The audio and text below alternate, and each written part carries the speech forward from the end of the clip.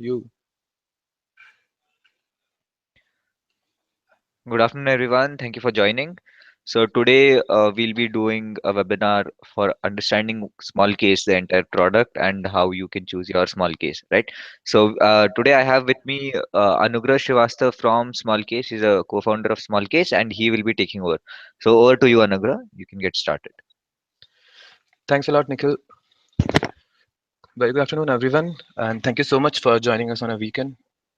It's awesome to see so many of you joining us for today's session.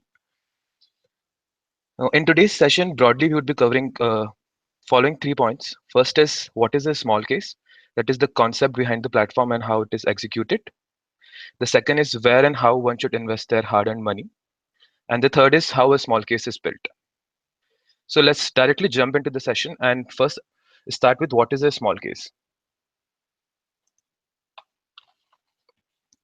Now, small case is an equity investment platform which is specifically designed for retail investors. And it's a combination of the two of the best investing approaches, that is thematic investing and portfolio investing. As a result of the combination of these two approaches, you see products like affordable housing, growth and income, and a small case infra tracker on our platform. We would be talking more about these products and different types of small cases in the webinars to come. But the important point on this slide is that a small case platform combines two of the most important investment approaches, that is thematic and portfolio. Now let's move forward and understand what is thematic investing.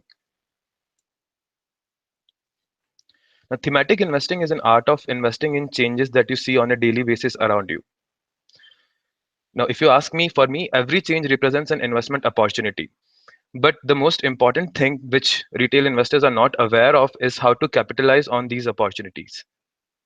Now, thematic investing makes these opportunities very relatable and ensures that you are able to invest into them. So, thematic investing can be thought of as a combination of three things. First is observation, second is experience, and third is changes and developments around you. Now, let's take each of them one by one and understand what could be the example of that thing. Now, first, let's talk about the experience. So, experience means the things and environment that you are experiencing around you. For example, you might be experiencing that like increasingly people are becoming more brand conscious. You might see that your friends and family, they've become more brand conscious. They want to buy branded product. So you would want to invest in such a change. When I say that you would want to invest in such a change, is that you would want to invest in companies which will be able to capitalize on these changes by creating strong brands and making some profit out of it. For this, we have a small case called brand value on our platform. So this is an example of experience, that whatever changes you are experiencing around yourself, you are able to invest into them. Now, second is the observation. You might observe some changes around you in the form of new infrastructure developments that is happening in the city. Probably a new metro project has been recently launched. Now, all this could be a part of a smart cities campaign which is announced by the government. So this could be an example of observational investment, where you observe changes happening around you, which could be related to some policy announcement, and you invest into them. Again, when I say invest into them, it's about investing into companies which could benefit from these changes. So for example, if you want to invest into smart cities, a small case which is available on our platform, it would be to invest into companies which are grabbing projects announced by government related to smart cities. The third form could be the developments or announcements that is happening. So recently, in the union budget, a finance minister gave infrastructure status to the affordable housing projects. Now, this could be an example of investing into recent announcements or developments. Now, you can find you can find a small case related to affordable housing on our platform. So this is how you can actually think about thematic investing. That is investing into observations, experiences, new developments, and changes around you. Now, how our platform helps you is that we make all these changes very relatable and easy to understand for you. The next benefit of thematic investing is that it's intuitively forward looking. Now, countless studies have proved that historical returns never guarantee any future good performance. That is, if you see that a particular stock has given you a return of 50% last year, you might have read it in Economic Times or on Money Control, and you decide to invest into this stock, then Again and again, studies have proved that this is not something which works. You cannot base your investments on the historical performance of some stocks or some other asset classes. But the beauty of thematic investing is that it is forward looking. That is, you are investing in changes around you which can materialize into future scenarios which could become very profitable for certain companies. Now, you can see some of example of some of the small cases on our platform on the slide. For example, we have a small case called Bringing the Bling. It consists of companies which are catering to the emerging luxury market in India. We are seeing that income levels across the country is going up. People are spending more on luxury items. So, if you want to take benefit of such a change, you need to go and invest into this small case. The second is Incredible India. This is a set of companies which will gain from India's rising popularity as a tourist destination. We see that government is again and again taking new initiatives, launching new advertisement campaigns branded around Incredible India. So if you feel that travel will increase, more foreign tourists will come, and India will gain more popularity as a tourist destination, then this is a sort of a small case where you should invest into. Now, rising rural demand is a small case which we'll keep talking about during the whole presentation. So I will skip it for the time being. So now that it is clear what is thematic investing, let's understand what is portfolio investing.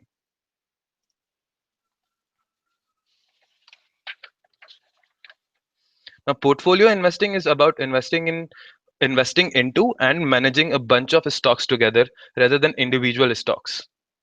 Now, let's try to understand it with an example. Now, last year, at the end of last year, government announced the demonetization drive. Now, a lot of newspapers were talking the benefits that it can have for banking sector stocks. Now, suppose if a retail investor picks up any newspaper and sees that, okay, this could be beneficial for banking system as a whole or banking stocks because a lot of liquidity has been injected into the system, and he goes ahead and buy Bank of Baroda's stock, thinking that, okay, this is a bank which has received a lot of money, so let me put my investment into it. Now, what happened recently is that Bank of Baroda's stock actually crashed more than 10% on 13th of February when it announced its quarterly result. So what went wrong here? You saw something happening. Actually, you read about it in newspapers. You went ahead and invested into a stock, but it tanked. The problem was that you didn't diversify stock specific risk. Your intent was to take an exposure into the banking system, but the way you executed it was not correct.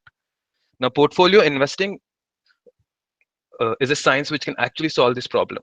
Now, if you would have invested into a well diversified portfolio of banking stocks, you could have easily avoided this problem.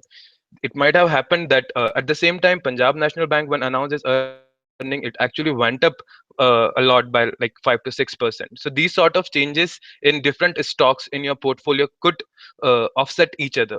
So when you're doing or when you're investing on a portfolio basis, you actually diversify away stock specific risk. That is, your any changes or new developments which are happening specifically with a particular company and not with the theme or idea you bought into can be diversified away. So that's the first and most obvious benefit of portfolio investing. Now, second is that it is a systematic investment approach. There is a well-defined weighing scheme. There is a well-defined rebalancing schedule. So it gives a systematic model to your investment approach. Everything is happening at a particular time, and you don't have to keep on worrying about when I should invest or do I need to sell a particular stock, do I need to buy a particular stock, because everything is well structured and predefined. The third benefit of portfolio investing is that it's very effective and it improves your decision making process. Now, let's say you were not investing into a particular idea, you liked five stocks, you made a portfolio of it and bought it through your broker. Now, if you're not tracking it on a portfolio basis, what might happen is that if one of the stock tanks 10% or 15%, it's a normal tendency that you might end up selling that stock.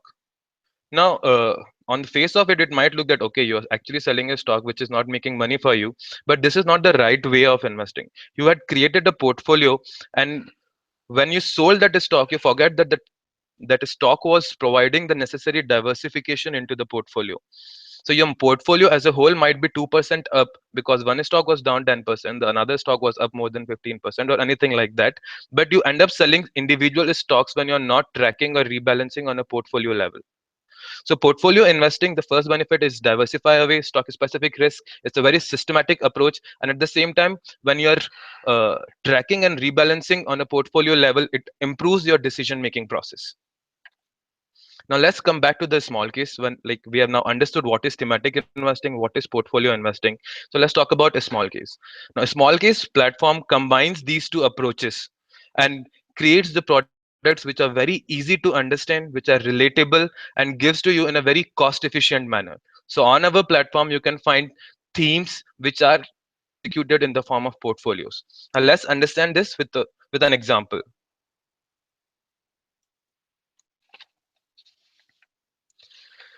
So as you mentioned, rising rural demand. So it's a small case which has been present on our platform since last year. We have highlighted this small case numerous times in our post weeks related to various developments. But let's see what happened very recently and then related with the small case, and at the same time try to understand various parameters which you can see on a small case page.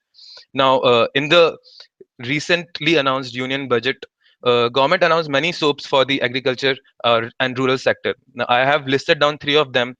That total allocation to the rural and agriculture sector was increased by 24%. It was also the highest ever allocation of 48,000 crore to Mahatma Gandhi National Rural Employment Scheme. And at the same time, agriculture credit target was also increased to rupees 10 lakh crore.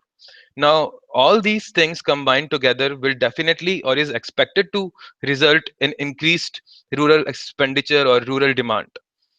Now, the theme or the thematic part of this small case that if somebody is interested in buying into is that he believes that because of these changes in future there will be a scenario when there will be an increase in the rural demand and he wants to capitalize on this. Now, the portfolio angle of this is that he is executing this theme in the form of stocks or a portfolio of stocks of the companies which have high rural exposure and thus are expected to benefit out of it. So this is what is a small case. It's a combination of a theme, which is the expected increase in rural demand in this case, and the portfolio investment approach, which is a bunch of up to 20 stocks which have high rural exposure and can benefit from this theme. Now, let's quickly try to understand few of the things that you also see on our platform. So, for rising rural demand in small case, you see that there is an index value. Now, index value shows the returns the small case has generated since it's been launched. Now, as you can see that the current index value is 268.22. So it represents that since the launch of the small case, it has generated a return of 168.22%. Because at the launch of a small case, the index starts from 100. So if you see the index is at 105, it means the small case is up 5% since its launch. If you see the index is 305, it means that the small case is up 205% since its launch. At the same time, you can also see the returns small case generated in last 1 year. The rural demand gave like a stellar return of what 46.88% last 1 year. In last 1 month also, it is up 6.59%. On the small case page, you can also see how the small case has been performing and compare it with the broader market, which is Nifty in this case, to understand whether you are actually able to generate some outperformance or not. We will talk more about different types of small cases, how the decision should be taken, or which small case is preferred or like is good for you. All this you would be covering in the coming webinars. Now, given that we have understand what is a small case and the thematic and portfolio angle of it, now let's just focus on the second point that we highlighted at the beginning of the session. That is where and how one should invest their money. Now, the first graph that you see uh, is basically a representation of annualized returns generated by different asset classes in last 2 decades. That is between a period of 1995 to 2015. Now, the green bar that you see is for equities. A value of 13.33 here represents that on an average, every year, equities gave you a return of 13.33% in the last 2 decades. Now, this is much better compared to any other asset class where generally retail investors park their money. You can see that real estate has generated a return of 8.08%. Provident fund, where a lot of people invest their money, has given a return of 8.93%. So, and You might see that the period of the study is from 1995 to 2015, but in last 1 year again the markets have performed well, so study would have actually, or the equities outperformance would have actually increased.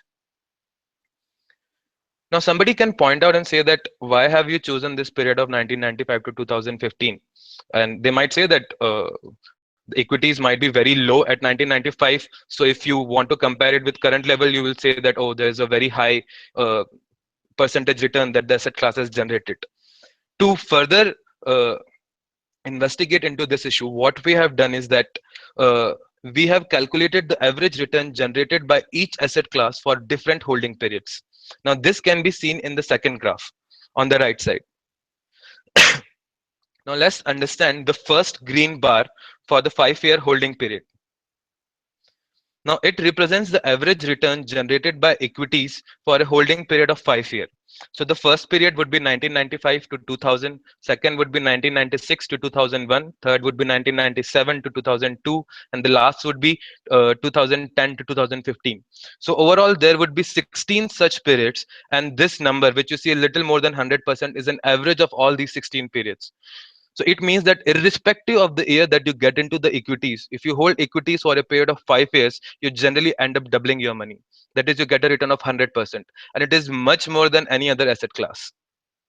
Now, similarly, if you see the green bar at the end, which is for the 10-year holding period, it means there were 11 such periods. The first period was from 1995 to 2005.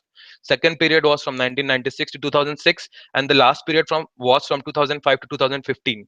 So this green bar for 10-year holding period is an average of 11 such periods. And you see that if you are actually investing for long term and you invested for a period of 10 years, equity easily beats all the other asset classes, and you could have generated a return of more than 350%. So if so these two charts can make it very easy for any retail investor that where to invest your money. If you have some idle cash which you want to invest in that and you want to do it for long term, there is no better option compared to equities, and it has been proven time and again by countless number of studies. Now, once we have established that where one should park their money, now let's look at how you should invest into equities, because there are different number of options and instruments which are available into market using which you can invest into equity markets. Now, on this slide, we compare the small case platform with the popular other equity instruments or options through which you can invest into a stock market. Now, let's look at them one by one and compare it with the small case platform. The first option, which is on the right side, is the single stocks. Now, single stocks is one of the most difficult investment options for retail investors, because first, you don't have the sufficient knowledge or the pool of knowledge which can be accessed to build the understanding about this stock. So it becomes very, very difficult for an retail investors to actually find out different sorts of data and management commentary available for a particular stock and make the decision. The second, which we also talked about while we were talking about portfolio investing, is that risk is very high. That is, you're not diversifying the stock specific risk. Now, if we compare it on the basis of points that I have listed here, is that you are not investing into any particular idea, which or in the form of a portfolio. So a small case platform is course way above single stocks. You can actually customize the small case, that is, you can add or buy securities in a portfolio. That option is not available in single stocks because it's just one unit. There is no customization happening there. There is definitely no diversification benefits, and there is no support provided to you in the form of a fixed rebalancing schedule or a fixed weighing scheme and things like that. Now let's look at the one which is on the left side, that is the ETFs. Now, ETF is an equity instrument using which you can get exposure to any index. So suppose you want to you invest into an ETF whose mandate is to replicate the performance of Nifty. That is, you are investing into a Nifty ETF. So if in last year Nifty generated a return of, let's say, 10%, the ETF should also generate a return close to 10%. So when you're buying into an ETF, you're basically buying into, or you're betting on the returns generated by the index which it is tracking. Now it obviously comes with a cost. There is a management fee which the ETFs charge. So if the Nifty has generated a return of 10% and there is an ETF which is charging an expense ratio of 1%, your returns is expected to be below 9% in that case.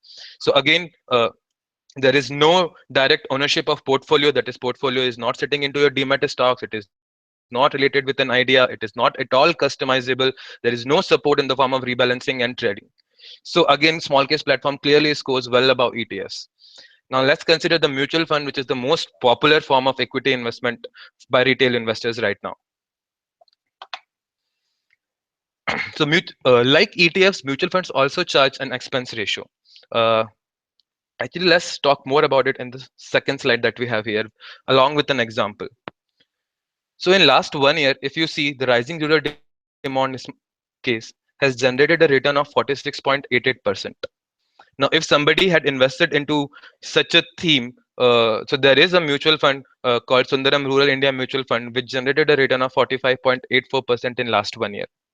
But the problem is that the expense ratio of Sundaram Rural India Mutual Fund is 2.72%. Now, on an average in India, expense ratio of equity mutual fund is around 2.5%. Now, this number might sound very low, but it can actually impact your returns by a huge margin if you are investing for a long period of time.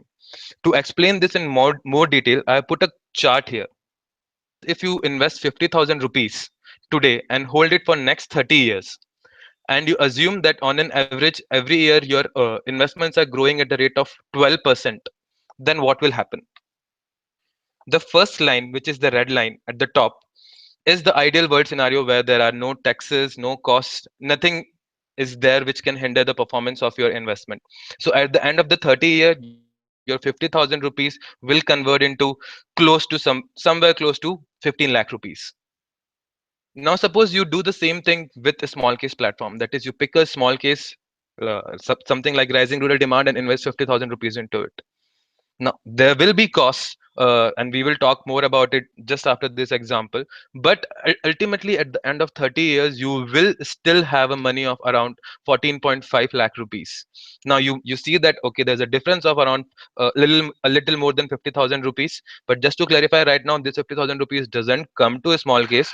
Almost 99% of it goes to the different regulatory bodies in the form of taxes and transaction costs. A small case as a platform charges a flat fee of 100 rupees.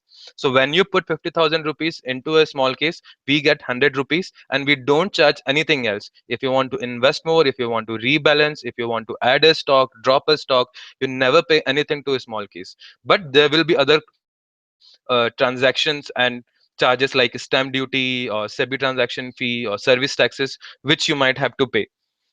So because of this, ultimately at the end of 30 years, you will have a corpus of around 14.2 lakh rupees.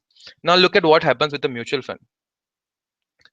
So at the end of 30 years, you will not even have 7 lakh rupees, which is like close to 50%. Now, this 2.5% number, which sounded very low when we were just talking about it and not looking at what happens 30 years down the line, this actually results into a corpus loss of more than 50%. So 2.5 year, every irrespective of the fact that your mutual fund manager is making money for you or not, you every year you end up paying 2.5% of your corpus. So initially you would have paid 2.5% of 50,000, but let's say 15 years down the line, when you had around 4 lakh rupees, you would pay 2.5% of 4 lakh rupees.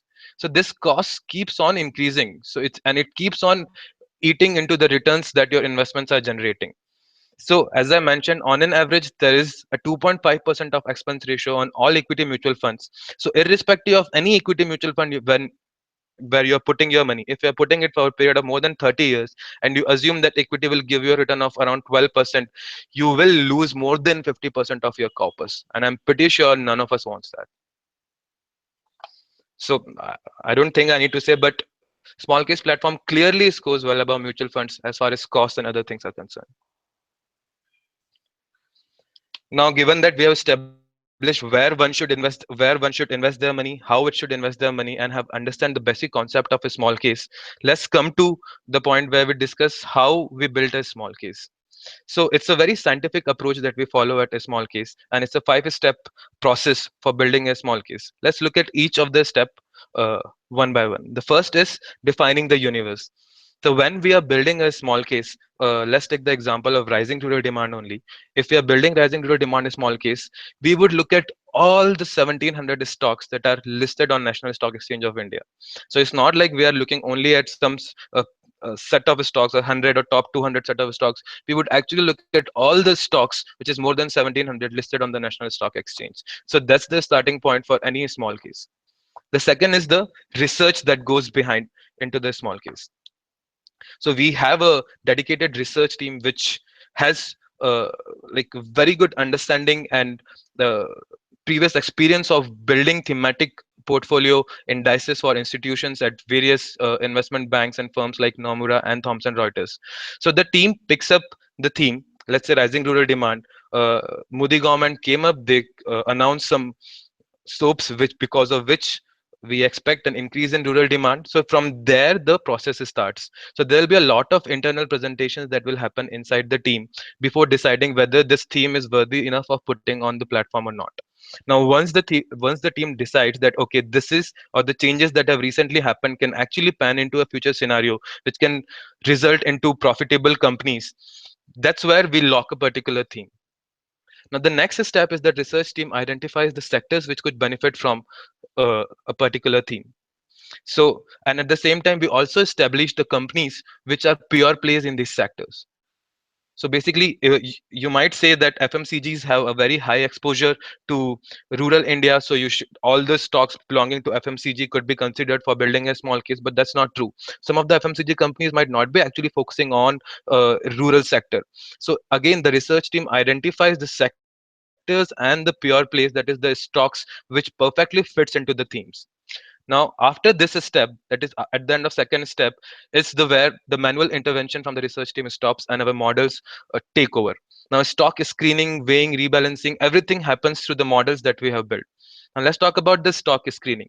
So, research team will give the input of sectors and pure play stocks to the models, and then model will automatically take care of different criteria to select the best stocks for you. Now, these criteria ranges from liquidity, momentum, technical indicators, fundamental indicators, future growth prospects, like a set of more than 15 criteria that our models look into and finally give you a list of stocks which could be put which sort of is the best set of stocks for getting exposure to a particular theme.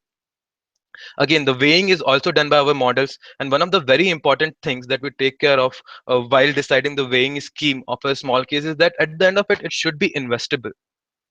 If I come up with a weighing scheme where I ask you to invest 5 lakh rupees, I don't see a point of it, because when we say that we have built this platform specifically for retail investors, it's our job to ensure that they put out a product which is actually investable. That is, the retail investors have the capacity of investing into a product. So, along with looking into the pure plays or the expected profit from a particular theme, we also look at whether the small case will be investable after a particular weighing scheme or not. And our models take care of it very well. Because of which you see a lot of low cost small cases on our platform. And the last step is the rebalancing. In case of rebalancing, it's not like that we again only look at the stocks which we identified last time. We rerun the whole process from defining the universe to research, stock screening, and weighing. The whole process is rerun, because what might have happened is that some stocks might have got listed, there might have been a fundamental shift because of this recent announcement by the governments or on the basis of which the small case was formed. So we take care of all these things again, rerun the whole process to again select the stocks which continues reflecting that theme. So this is how a small case is generated. These were the basic points that I wanted to cover in this webinar, but I would also like to answer a few of the questions that we received when during the course of interaction. And the first question was about the fees. As I mentioned on the last slide also, a small case charges a flat fee of 100 rupees whenever you buy a small case. That is, if you invest 50,000 rupees in rising rural demand small case, we charge a flat fee of 100. If you invest 5 lakh rupees, we again charge 100 rupees. If you invest 5,000, we still charge you 100 rupees. If you want to invest more, that is, you have invested 50,000, but 6 months down the line you feel that your small case is performing very well and you want to invest 50,000 more into it, we don't charge anything. If We keep on sending the rebalance updates also on a quarterly basis. So if you see that there is a rebalance update on your small case which says that you can drop 5 stocks and add 5 stocks, and you actually execute it, again we don't charge anything on it. So it's just a flat fee of 100 rupees for investing into a small case for lifetime.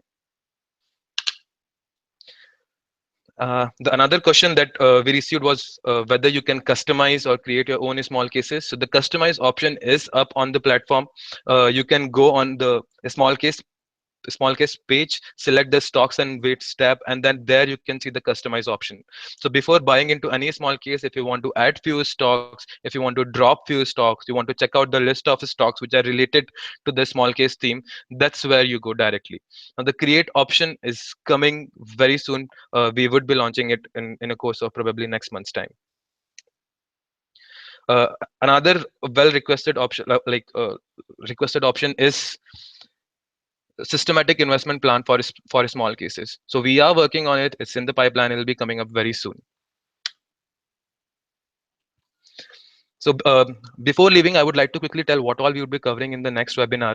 So in this webinar, we have understand the concept of a small case and how a small case is built. We would taking up from here only where we are leaving. We would discuss the different types of a small cases. We would discuss how the process of discovering a small case, or how you can find a small case which best suits your investment ideology or your investment objectives.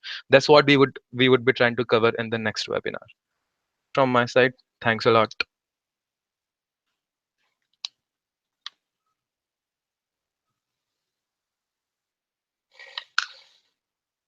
Thank you, Anugrah. That was quite a session. So, if you guys have any other queries, we've already shared a link to a post on Trading Q&A where you can ask all of these queries pertaining to small case. And the guys at small case here, I guess, will be answering them actively, right? Definitely. Okay. So, I guess that's about it. Thank you for tuning in on a Saturday, and we're off.